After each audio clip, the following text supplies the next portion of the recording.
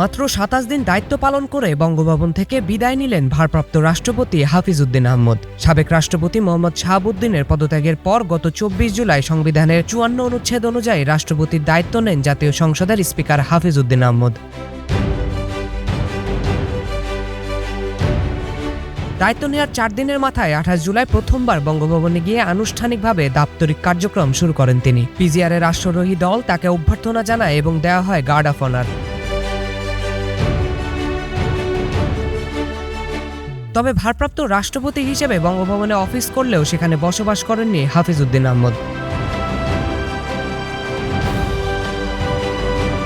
তিনি সংসদ ভবন প্রাঙ্গণে স্পিকারের সরকারি বাসভবনেই ছিলেন। আজ রাষ্ট্রপতি নির্বাচনের মধ্য দিয়ে সেই দায়িত্বের অবসান ঘটছে।